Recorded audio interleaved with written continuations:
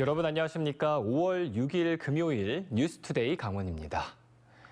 어제 어린이날을 맞아 이광재 더불어민주당 도지사 후보는 영유아와 초등학생을 위한 24시간 무료 돌봄 체계를 구축하겠다고 공약했습니다. 또 어린이집 특별 활동비를 전액 무료로 하고 어린이집이나 유치원에 다니지 않는 영유아 가정에게 육아 상담 서비스를 제공하겠다고 밝혔습니다. 또 김진태 국민의힘 후보는 18개 시군의 장난감 도서관을 운영하고 기존에 있는 곳은 시설을 개선하겠다고 공약했습니다. 또 24시간 어린이 전문 병원을 건립하고 등하교 도우미와 학교 보안관 제도를 실질화시키겠다고 밝혔습니다. 할아버지나 할머니가 손주를 직접 기르는 조손 가정이 강원도에만 4천 가구가 넘는다고 합니다.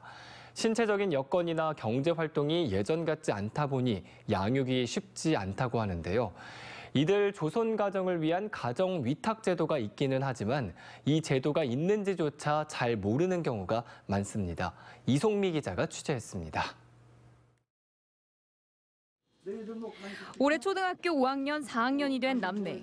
2살, 3살 때부터 할머니, 할아버지와 함께 생활하는 조손 가정입니다.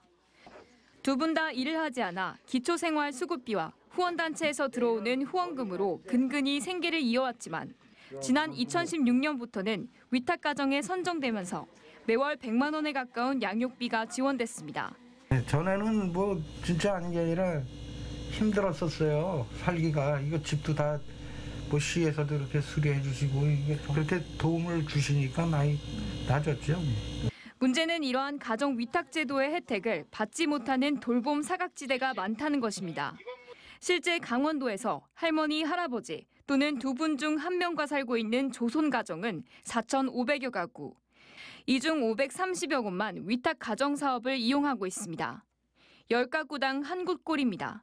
하지만 이 자료도 통계치일 뿐. 지난 2018년 조손 가구 중 연간 소득이 1,000만 원에도 미치지 못하는 가구가 6.9%에 달할 정도로 생활고를 겪고 있는 것으로 나타났습니다. 또 아이들의 정서적 결핍 지수도 부모와 함께 사는 아이들보다 높은 것으로 확인됐습니다. 원래는 사회적으로 부여되지 않는 역할이 부여됨으로 인해 가지고 그 역할을 제대로 수행하기가 되게 쉽지 않은 상황. 그리고 이제 신체적으로는 노화나 이런 것 때문에 그래서 학업지도나 이런 걸 하기가 되게 힘드세요. 가정 위탁 지원 제도는 조손 가정뿐 아니라 친인척 가정도 혜택을 받을 수 있지만 당사자가 직접 신청해야 하기 때문에 복지 혜택에서 소외되는 안타까운 상황이 되풀이되고 있습니다. MBC 뉴스 이송미입니다. 강원도 환동해 본부와 일선시군의 해양수산부서는 해양수산 분야의 전문성 때문에 해양수산 직렬 공무원들이 대부분 배치돼 근무하고 있습니다. 하지만 기초지자체의 해양수산부서까지 환동해 본부의 인사 이동에서 자유롭지 못한 이 조직 폐쇄성은 제2청사로의 조직 확대에 걸림돌이 되고 있습니다. 김형호 기자가 보도합니다. 1964년 강원도 수산사무소로 출발한 환동해 본부는 현재 본부 4개와 3개 사업소 등 150여 명이 근무하고 있습니다. 대부분 공무원들은 해양수산직렬에 속해 있습니다. 일선 시군의 해양수산과와 내수면 개발부서 등에도 100여 명의 해양수산직렬 공무원이 배치돼 있습니다. 그런데 해양수산직렬 공무원들의 인사 이동에는 이상한 관례가 있습니다. 외형상으로는 전출입 형태로 일선 시군 인원으로 편입되지만 인사 이동 시에는 내부적으로 환동해 본부가 비공식적으로 인사 조율에 관여합니다. 특히 5급 과장급 공무원은 1, 2년을 주기로 시군과 환동해 본부를 넘나드는 잦은 자리 이동을 합니다.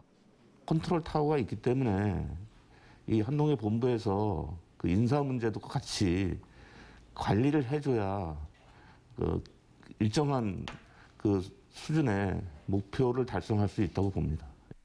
해양수산직 공무원들을 효율적으로 업무에 배치해 시군과의 소통에 도움이 된다는 의견이 있는데 반해 시군 소속 공무원이 지자체가 아닌 환동해 본부만 바라보고 일하는 줄세우기라는 비판도 있습니다. 일단은 인사권이 환동해 본부가 가지고 있으니까 물론 시군하고 협의를 한다고 그러지만은 보통 자기네 의지대로 하려고 그러니까 그게 문제라. 강원도보다 늦게 출발했지만 제2청사까지 발전한 경상북도의 환동해 본부는 그래서 시사하는 점이 큽니다. 경북 도청이 안동으로 신축 이전하면서 2018년 포항에 들어선 경북 환동해 본부는 내년 제2청사 신축을 목표로 공사가 진행 중입니다. 부지사급의 본부장을 중심으로 에너지 산업과 해양 산업을 총괄하는 동해안 전략산업국이 배치돼 수산 중심을 탈피했고 무엇보다 해양수산직렬 공무원의 조직 폐쇄성이 덜합니다. 해양수산과에서는 해양수산직이 주를 이루고 그 외에는 뭐 행정하고 이제 뭐 기술직들 뭐 다양하게 있죠. 이제 굉장히 좀 많을 수 있고 아무래도 전체적으로는. 대선에 이어 지방선거에서도 영동 지역의 최대 이슈로 등장한 제2도청사 문제는 인사와 조직의 자율성을 기반으로 효율적인 업무 배치를 실현할 수 있는 공론의 장이 돼야 할 것으로 보입니다. MBC 뉴스 김영호입니다. 어린이날이었던 어제 춘천 레고랜드 테마파크가 사업 추진 11년 만에 정식으로 문을 열었습니다. 입장 인원을 사전 예약제로 제한해 우려했던 교통대란은 없었지만 시범 운영 때 멈췄던 롤러코스터가 또다시 멈추면서 관광객들이 불편을 겪었습니다. 이승현 기자가 취재했습니다. 형형색색의 레고 블록을 쌓아 만든 도시입니다. 어른 키의 두세 배를 훌쩍 넘는 높다란 건물도 실제 야구장을 재현한 알록달록 야구장도 있습니다. 아기자기한 국회의사당과 경복궁을 배경 삼아 멋쩍은 자세로 사진도 찍어봅니다.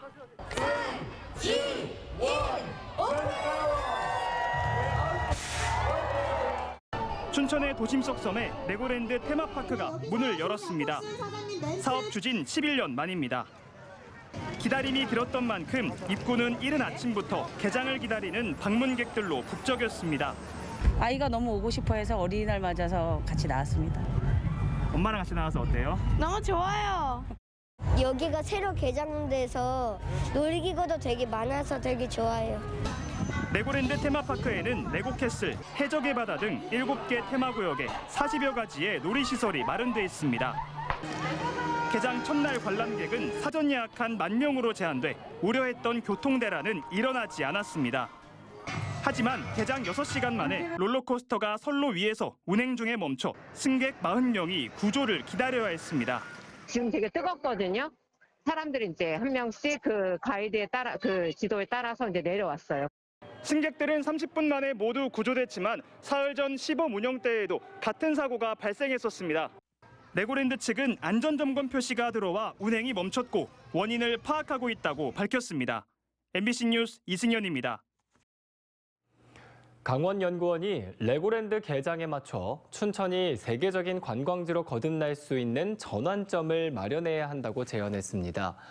강원연구원은 호수를 중심으로 자연과 문화자원이 풍부한 춘천이 레고랜드와 도심 연결축을 체계적으로 정비하고 어린이 중심의 가족 문화 공간이라는 이미지를 정립해야 한다고 밝혔습니다.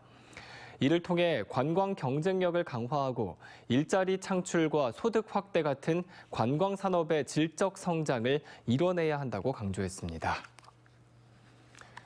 원주 기업도시 폐수처리장 주변 하천에 오염물질이 다량 유입돼 지자체가 조사에 나섰습니다. 빗물이 나와야 하는 우수관에서 오염된 물이 흘러들어온 것으로 추정이 되는데 그 시작점을 찾지 못해 추가 오염에 대한 우려를 주고 있습니다. 윤하은 기자가 보도합니다. 화장품과 의료기기, 제약회사 등이 밀집한 원주 기업도시. 각 공장에서 나온 폐수를 처리하는 시설 인근의 하천이 완전히 뿌옇게 변했습니다. 물속이 전혀 보이지 않을 정도로 우윳빛을 띠고 있고 거품과 기름띠도 길게 늘어져 있습니다. 물고기들은 숨을 몰아쉬려는 듯 수면 가까이 몰려 있습니다. 오염물질이 처음 목격된 것은 낮 시간대. 주민들은 4시간 이상 뿌연 폐수가 흘러나왔고 농업용수로 사용하는 인근 저수지까지 유입됐다고 말합니다. 비상시에는 이걸 농업용수로 사용하고 있기 때문에 이게 농민들이 과연 이 물을 농업용수로 사용할 수 있는지 저는 그게 궁금할 뿐입니다. 오염되지 않은 빗물이 나와야 하는 우수관에서 오염된 폐수가 흘러나온 겁니다.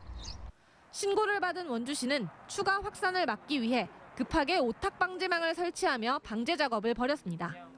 또 시료를 채취해 무엇이 유입된 것인지 성분 분석에 들어갔습니다.